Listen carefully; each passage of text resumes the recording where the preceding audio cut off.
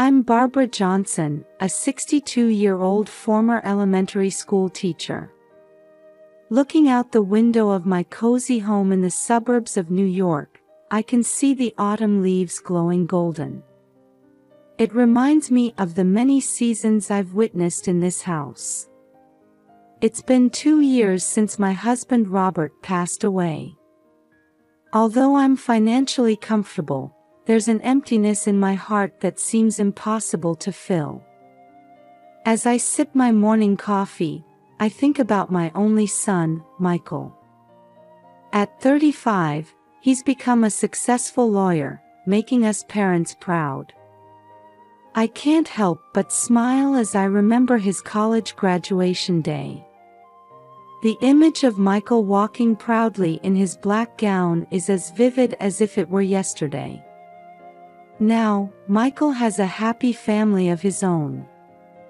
Jessica, whom he married 5 years ago, is a beautiful 30-year-old woman who works part-time as a model. At first, she seemed a bit difficult, but we gradually warmed up to each other. Still, I sometimes find myself perplexed by her flashy lifestyle and occasional cold attitude. 2 years after their marriage, Michael and Jessica had Tommy, my grandson. Now 10 years old, he's become the light of my life. Tommy is a curious and intelligent child who seems to genuinely enjoy spending time with me. Seeing his smile warms my heart and eases my loneliness a bit. Whenever Tommy comes to my house, he always begs me to read him old picture books. When he says, "Grandma, read Winnie the Pooh again," I simply can't refuse. Reading the story and watching Tommy's eyes light up is my greatest joy. However, lately, something's been bothering me.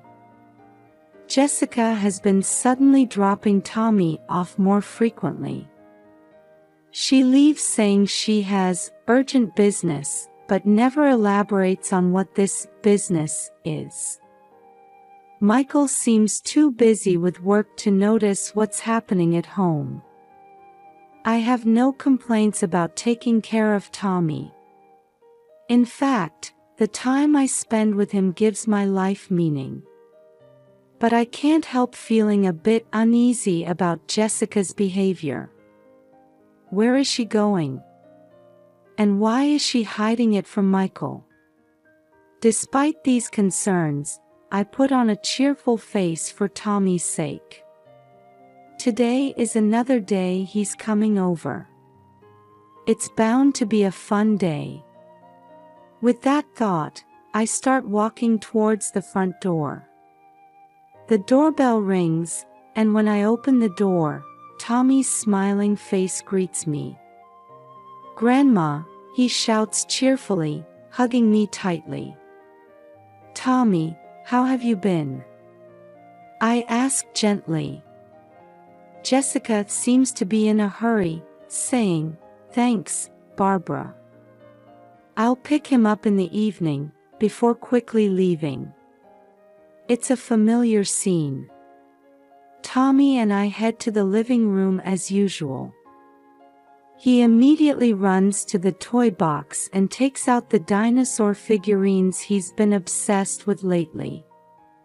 "Grandma, this is a Tyrannosaurus Rex. It's the king of carnivorous dinosaurs," Tommy explains excitedly. I smile as I listen, but I'm also amazed by his extensive knowledge. "That's impressive, Tommy. You've studied a lot, haven't you?" We spent the morning playing with toys while I listened to Tommy's dinosaur stories. For lunch, I made Tommy's favorite grilled cheese sandwich. "Grandma, your sandwiches are the best in the world," Tommy says with his mouth full. After lunch, we decided to go out to the garden to get some exercise. In the soft autumn sunlight, Tommy runs around energetically. "Tommy, don't overdo it," I gently call out to him. After a while, Tommy comes back to me, looking a bit tired. "Grandma, let's take a little break." We sit on the bench, enjoying the garden view. Tommy leans on my shoulder, his expression peaceful. However, this peaceful moment was suddenly shattered in a tragic way. Tommy suddenly stiffened and started gasping for air. "Tommy! What's wrong?" I hurriedly support his body. The next moment, foam started coming out of Tommy's mouth, and his whole body began to convulse. I felt frozen with fear but tried to stay calm. "Tommy! Hang in there!" I shouted while quickly returning to the house to call 911. "Please hurry, my grandson is having a seizure," I desperately pleaded.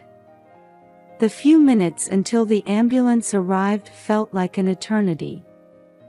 I held Tommy's body, calling his name repeatedly.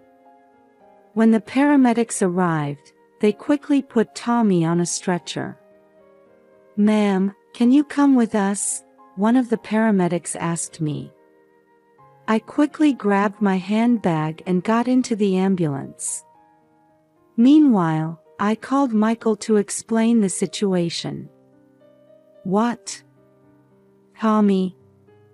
"I'm heading to the hospital right away," Michael answered, sounding shaken. Upon arriving at the hospital, Tommy was immediately taken to the emergency room. I waited in the waiting room, trembling with anxiety, for the doctor's diagnosis. After a while, Michael and Jessica rushed in. "Mom, what exactly happened?" Michael asked. I explained in detail what had occurred. Jessica listened silently, but I thought I saw a hint of suspicion in her eyes. Finally, the attending physician appeared and gave us the initial diagnosis. Tommy's symptoms suggest a high possibility of poisoning by some toxic substance. The detailed test results will take a bit more time, but the moment we heard those words, the air in the room froze. Michael was stunned, and Jessica looked surprised. "Poisoning? What do you mean?" Michael asked, visibly shaken. The doctor carefully chose his words as he answered. "We can't be certain yet, but we've detected substances in Tommy's body that shouldn't be there under normal circumstances. Until we get the detailed test results." I felt my mind go blank. How could this happen? Tommy was at my house. As I thought this, I felt Jessica's sharp gaze on me. "Barbara, what did you do to Tommy?" Jessica asked in a cold voice. I was at a loss for words and could only shake my head. Michael looked confused, glancing back and forth between Jessica and me. At that moment, I couldn't have imagined how this incident would drastically change our family's life. In the heavy atmosphere of the hospital waiting room, Jessica's cold gaze pierces me. "Barbara, be honest. What did you do to Tommy?" Jessica's voice contains clear hostility. Shaken but trying to maintain my composure, I respond, "Jessica, I didn't do anything. I was just spending time with Tommy as usual." However, Jessica refuses to believe my words. As usual? Is there an usual way of spending time that results in poisoning? Michael tries to intervene, but Jessica's anger doesn't subside. Your mother hurt our son. How can you not see that? I can't believe my ears. Could Jessica really think I'm the cause of Tommy's poisoning? Jessica, calm down. We don't know the details yet, Michael says in an attempt to reason with her, but to no effect. Jessica confronts me. You thought Tommy was a nuisance, didn't you? Always being suddenly left with you, it was an inconvenience. I inwardly laugh bitterly at those words. I've never once thought of Tommy as a nuisance. On the contrary, the time spent with him was my reason for living. However, Jessica's fierce accusations start to plant seeds of doubt in my mind. Could I have unknowingly given Tommy something harmful? I desperately try to recall my actions. Jessica, Mom would never do such a thing. Michael tries to defend me, but Jessica won't listen. You always take your mother's side. Think about our family. At those words, Michael's expression clouds over. I feel the pain of our family's growing rift. A nurse comes to explain Tommy's condition. Your child is stable, but he hasn't regained consciousness yet. It will take a bit more time for the detailed test results to come back. Those words bring a moment of relief, but it's quickly overwhelmed by a sense of self-reproach. Why did this happen to Tommy? Did I overlook something? Michael places his hand on my shoulder. Mom, it's going to be okay. Tommy will get better. His kindness brings tears to my eyes. However, Jessica's cold gaze negates that warmth. Michael, let's go home. We'll come back tomorrow, Jessica says. Then, turning to me, she sternly says, You stay away from Tommy. Michael looks conflicted but ends up following Jessica.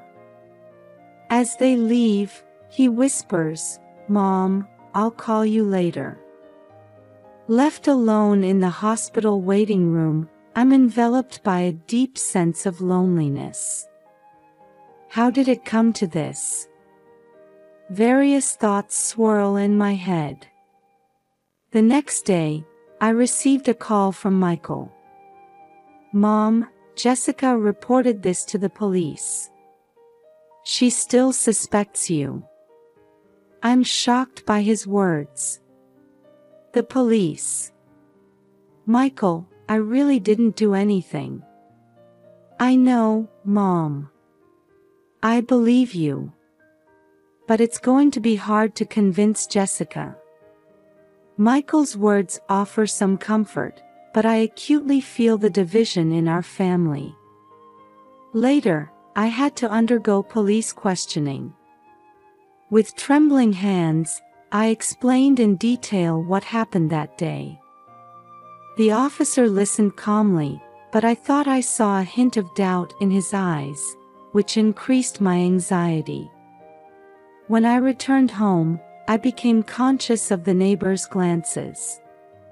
Has the rumor already spread?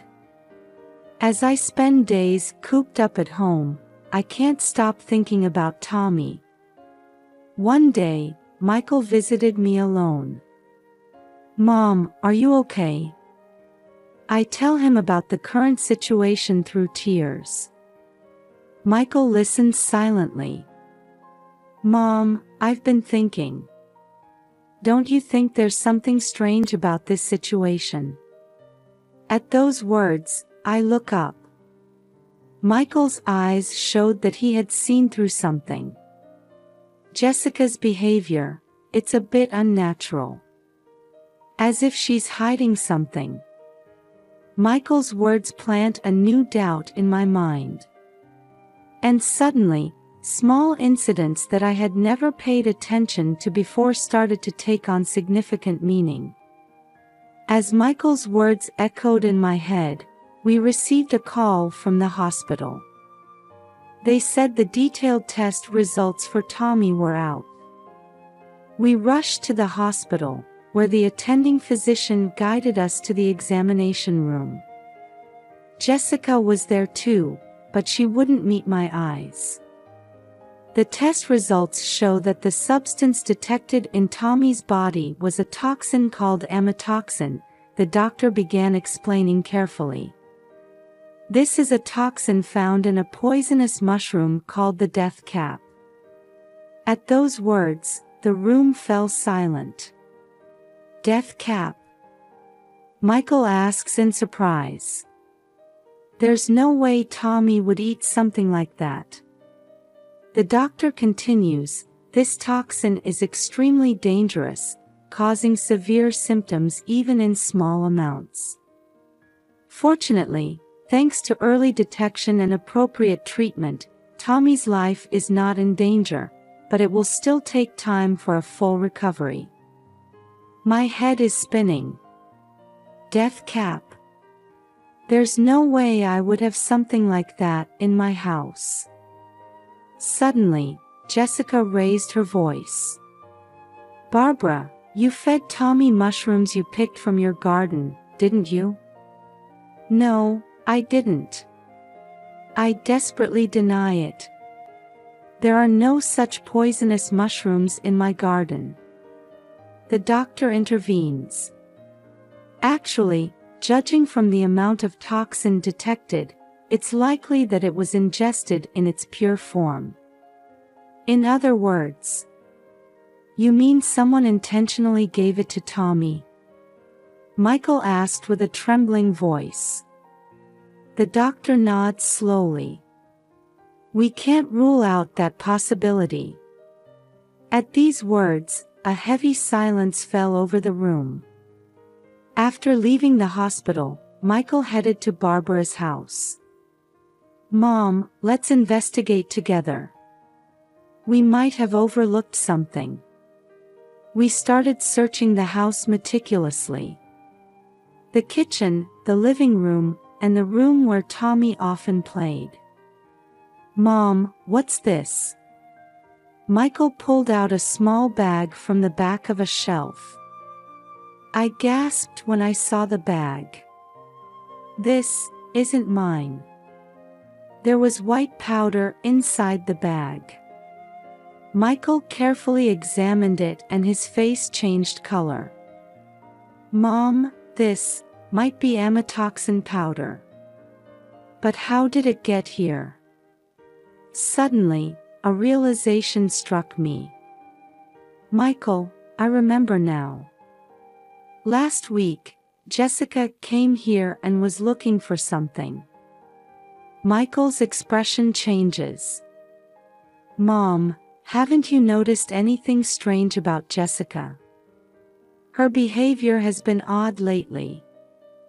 We started reviewing Jessica's actions. The sudden drop-offs of Tommy, unnatural outings, and her abnormal hostility towards me. Michael, is there any way you can check Jessica's phone? I tentatively suggested. Michael hesitated but eventually agreed. He accessed Jessica's phone backup data, and there we made a shocking discovery. Jessica had been frequently messaging someone about planning to take Tommy's life. Oh my God. Michael is at a loss for words. We immediately contacted the police. After showing them the evidence and explaining the situation, the police quickly took action. A few hours later, we received word that Jessica had been arrested. She apparently confessed everything during the interrogation. Her motive was my inheritance. She had planned to kill Tommy and pin the blame on me, severing Michael's relationship with me and gaining the right to inherit my estate. Learning this truth, Michael and I were speechless. Why would she go to such lengths? When we returned to the hospital, Tommy had regained consciousness. Seeing his weak smile, we couldn't hold back our tears. "Grandma, Dad." We heard Tommy's small voice. We sat by Tommy's bed, holding his hand tightly. The road ahead might be long, but we will overcome it together as a family. The truth came to light, and my innocence was proven. However, the scars left by this incident won't heal easily. Still, as we watch over Tommy's recovery, we have no choice but to move forward, little by little. After Jessica's arrest, our family faced a great trial. Michael was deeply hurt by his wife's betrayal and became quiet for a while. However, as he focused on Tommy's recovery, he gradually began to recover himself. In court, Jessica admitted to all her crimes. Her motives were more complex than we had imagined. Drowning in debt and unable to break free from her addiction to luxury brands, she had been looking for an easy way to get a large sum of money. And that's when she set her sights on my inheritance. In court, Jessica tearfully apologized.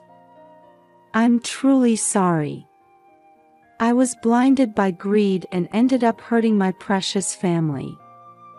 Her words left us with mixed feelings. Jessica received a sentence of 15 years in prison. Michael decided to divorce and began walking a new path in life. Meanwhile, Tommy's recovery was surprisingly quick, and his strength encouraged us. After being discharged, Tommy came to live at my house. "Grandma, I'm so happy we can live together," Tommy said, and my heart filled with warmth. From this experience, we reaffirmed the importance of family bonds. At the same time, we learned the dangers of trusting people too easily. Now, we are starting a new life. Michael is devoted to his work while cherishing his time with Tommy. I feel that my mission is to protect this family. While we have anxieties about the future, we also have hope. If we could overcome this ordeal, surely we can overcome any difficulty. As I watch Tommy playing energetically in the garden, I think to myself, life is full of unexpected events. But if we walk together with our loved ones,